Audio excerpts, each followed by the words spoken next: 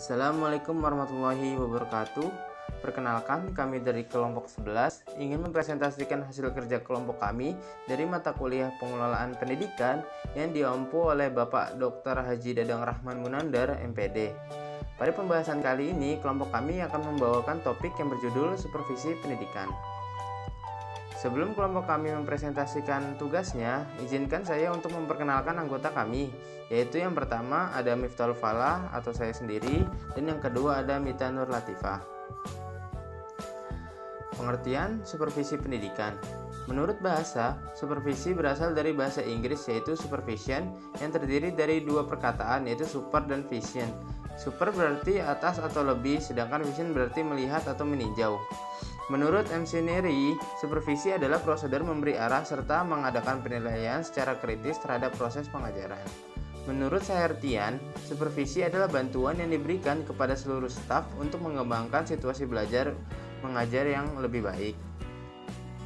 Dan untuk penjelasan dari supervisi pendidikan ialah sebagai pelayanan yang disediakan oleh pemimpin untuk membantu guru-guru atau personal yang semakin cakap sesuai dengan perkembangan ilmu pengetahuan pada umumnya dan ilmu pendidikan khususnya agar mampu meningkatkan efektivitas proses mengajar belajar di sekolah. Tujuan supervisi. Konsep dasarnya ialah supervisi itu bagian yang tidak terpisahkan dari seluruh proses administrasi pendidikan. Karena supervisi pendidikan memiliki tujuan yaitu untuk memberikan layanan dan bantuan dalam meningkatkan kualitas mengajar guru di kelas yang pada gilirannya untuk meningkatkan kualitas belajar siswa.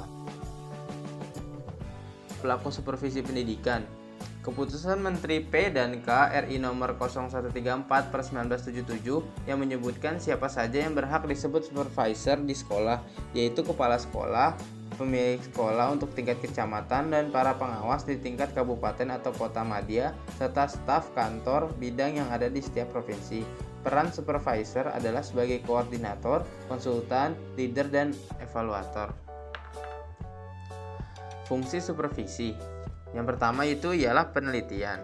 Dalam penelitiannya, fungsi yang dapat memberikan solusi dari masalah yang dihadapi. Selanjutnya itu adalah penilaian. Dalam penilaian yaitu untuk mengukur tingkat kemajuan yang diinginkan, seberapa besar yang telah dicapai, dan penilaian ini dilakukan dengan berbagai cara seperti tes dan sebagainya. Yang ketiga ada perbaikan. Fungsi perbaikan ialah usaha untuk mendorong guru baik secara perseorangan maupun kelompok agar mereka mau melakukan perbaikan dalam menjalankan tugas mereka. Yang keempat ada pembinaan. Dalam pembinaan yaitu untuk memecahkan masalah yang dihadapi dengan melakukan pembinaan atau pelatihan kepada guru-guru tentang cara-cara baru dalam melaksanakan proses pembelajaran. Pelaksanaan supervisi. Pelaksanaan supervisi dilakukan di sekolah. Tidak hanya dilakukan satu kali saja oleh kepala sekolah sebagai supervisor. Namun sesuai dengan ketentuan, maka supervisi itu dilakukan sekurangnya 2 kali dalam satu semester oleh supervisor kepada setiap guru. Nah, di awal semester ini, supervisi itu biasanya untuk melihat kemampuan guru dalam melaksanakan tugasnya dalam pembelajaran dalam kelas. Dari hasil supervisi awal, kepala sekolah itu memberikan masukan kepada guru tentang bagaimana melaksanakan pembelajaran lebih baik. Nah, selanjutnya itu guru mencoba untuk memperbaiki kinerjanya selama semester yang bersangkutan. Nah, untuk di akhir semester, supervisi dilaksanakan kembali untuk melihat perkembangan dan perbaikan yang dilaksanakan guru sebagai tindak lanjut dari supervisi yang pertama di awal semester. Selanjutnya adalah proses supervisi, merupakan rangkaian kegiatan yang dilaksanakan ketika melakukan supervisi. Menurut tim pakar manajemen pendidikan, secara umum proses pelaksanaan supervisi dilaksanakan melalui 3 tahap, yaitu yang pertama adalah perencanaan. Kegiatan perencanaan mengacu pada kegiatan identifikasi permasalahan, yakni mengidentifikasi aspek-aspek yang perlu disupervisi. Langkah-langkah yang dilaksanakan dalam perencanaan supervisi adalah yang pertama adalah mengumpulkan data melalui kunjungan kelas, pertemuan pribadi, atau rapat staf. Yang kedua adalah mengolah data dengan melakukan koreksi kebenaran terhadap data yang dikumpulkan. 3. Mengklasifikasi data sesuai dengan bidang permasalahan. 4. Menarik kesimpulan tentang permasalahan sasaran sesuai dengan keadaan yang sebenarnya. 5. Menetapkan teknik yang tepat digunakan untuk memperbaiki atau meningkatkan profesionalisme pendidik. Tahap yang kedua adalah pelaksanaan.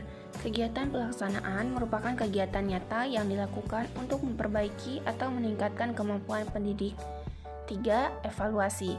Kegiatan evaluasi merupakan kegiatan untuk menelaah keberhasilan proses dan hasil pelaksanaan supervisi. Hasil dari evaluasi supervisi ini akan dijadikan pedoman untuk menyusun program perencanaan berikutnya. Nah, prosedur pelaksanaan supervisi menempuh 3 tahapan, yaitu pertemuan pendahuluan, observasi pendidik yang sedang mengajar, dan pertemuan balikan. Itu adalah pendapat dari Burhanuddin dan kawan-kawan. Nah, setelah melakukan 3 tahap supervisi tersebut, maka akan ada tindak lanjut dari hasil supervisi. Adapun bentuk tindak lanjut supervisi akademik dapat dilakukan melalui kegiatan pembinaan, baik secara langsung maupun tidak langsung. Pembinaan langsung. Menurut Sahertian, pembinaan dengan pendekatan langsung berarti supervisor memberikan arahan langsung. Nah, pembinaan tidak langsung, Sahertian juga menyatakan bahwa perilaku supervisor dalam pendekatan tidak langsung adalah mendengarkan, memberi penguatan, menjelaskan, menyajikan, dan memecahkan masalah. Peraturan Menteri Pendidikan Nasional Nomor 41 Tahun 2007 mengatur tentang pengawasan proses pembelajaran yang meliputi pemantauan dan supervisi. Berdasarkan peraturan tersebut, kegiatan tindak lanjut supervisi akademik dapat dilakukan kepala sekolah dengan pemberian contoh, diskusi, pelatihan, dan konsultasi. Nah, kepala sekolah dapat memilih alternatif kegiatan tindak lanjut sesuai dengan analisis hasil supervisi akademik terhadap komponen-komponen tersebut di atas. Hasil observasi. Observasi dilakukan di sekolah Miss Ar-Rasyid. Berdasarkan hasil observasi, supervisi pendidikan di MI Ar-Rasyid ini dilakukan oleh kepala sekolah selaku pimpinan. Adapun, supervisi yang dilakukan sebenarnya mencakup keseluruhan yang berkaitan dengan pendidikan, tetapi yang lebih terperinci dibahas meliputi supervisi guru, supervisi administrasi guru, dan supervisi ekstrakurikuler. Yang pertama adalah supervisi guru. Dalam hal ini, kepala sekolah menilai proses pengajaran yang dilakukan oleh para guru meliputi metode, model, strategi, dan pendekatan pembelajaran. Kepala sekolah melakukan supervisi tersebut setiap 2 kali dalam 1 semester sebagai bahan evaluasi. Yang kedua adalah supervisi administrasi guru.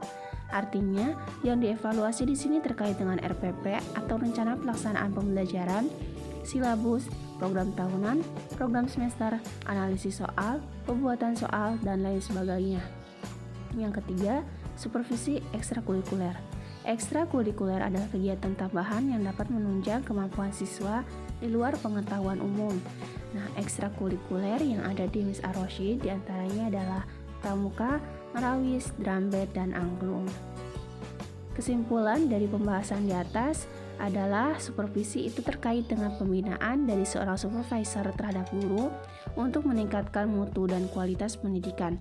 Fungsi supervisi ada 4, yaitu fungsi penelitian, penilaian, perbaikan, dan pembinaan.